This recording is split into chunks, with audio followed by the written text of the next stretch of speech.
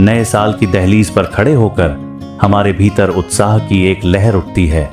हम संकल्प लेते हैं, प्रतिज्ञाएं करते हैं, लेकिन जैसे ही दिन बीतते हैं वह सारा उत्साह कपूर की तरह हवा में विलीन हो जाता है।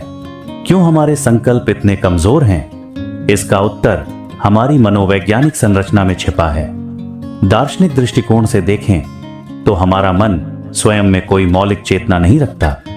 यह एक परिष्कृत यंत्र, मशीन की भांति है जिसका अपना कोई स्वयं प्रकाश नहीं है।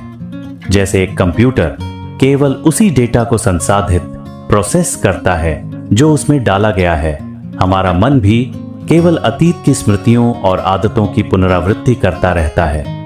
जिसे हम नया करने का विचार कहते हैं, वह अक्सर पुराने मन की ही एक नई जुगत होती है। मन कभी नया नहीं हो सकता, वह केवल बासी को ही नए रंग में पेश करता है। अध्यात्म हमें सिखाता है कि हम एक ऐसे चक्र में फंसे हैं जहां हम विचारों, भावनाओं और पुरानी संस्कृतियों की जुगाली कर रहे हैं। जैसे पशु भोजन को बार बार मुंह में लाकर चबाता है, हमारा चित्त भी अतीत के अनुभवों, क्रोध और राग द्वेष को बार बार चबाता रहता है। इसी कारण जीवन में कुछ भी मौलिक या क्रांतिकारी नहीं घटता। हम एक ही ढर्रे पर चलते रहते हैं और इसे ही हम अपना जीवन समझ लेते हैं।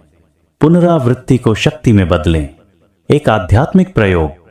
जब हम इस यांत्रिक स्वभाव को समझ लेते हैं तब हम इसे अपनी आध्यात्मिक शक्ति बना सकते हैं। मनोविज्ञान कहता है कि स्वभाव को अचानक बदलना असंभव है, लेकिन उसे दिशा देना हमारे हाथ में है। यदि आपके भीतर क्रोध की अग्नि प्रज्वलित हो तो उससे लड़े नहीं, न ही पश्चाताप की ग्लानि में डूबें। इसके बजाय उस क्रोध को स्वीकार करें और अपनी जागरूकता बढ़ाएं। यहीं से अमृत साधना का प्रयोग शुरू होता है। यदि आपने अनजाने में किसी को ठेस पहुंचाई है या गाली दी है तो सचेत होकर उसके विपरीत करुणा और प्रशंसा का कृत्य करें। बुराई के लिए स्वयं को दंडित करने के बजाय भलाई के पुरस्कार को अनुभव करें। यह आपकी चेतना को कांटों, नकारात्मकता से हटाकर फूलों, सकारात्मकता की ओर मोड़ने की कला है।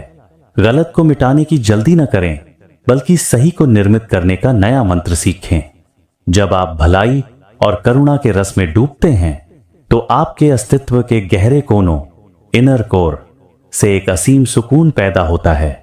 तब आप पाते हैं कि जीवन में कांटे लुप्त हो गए हैं, क्योंकि जो प्रेम और चेतना के रस में भीग जाता है उसे फिर संसार का कोई दुख नहीं चुभ सकता।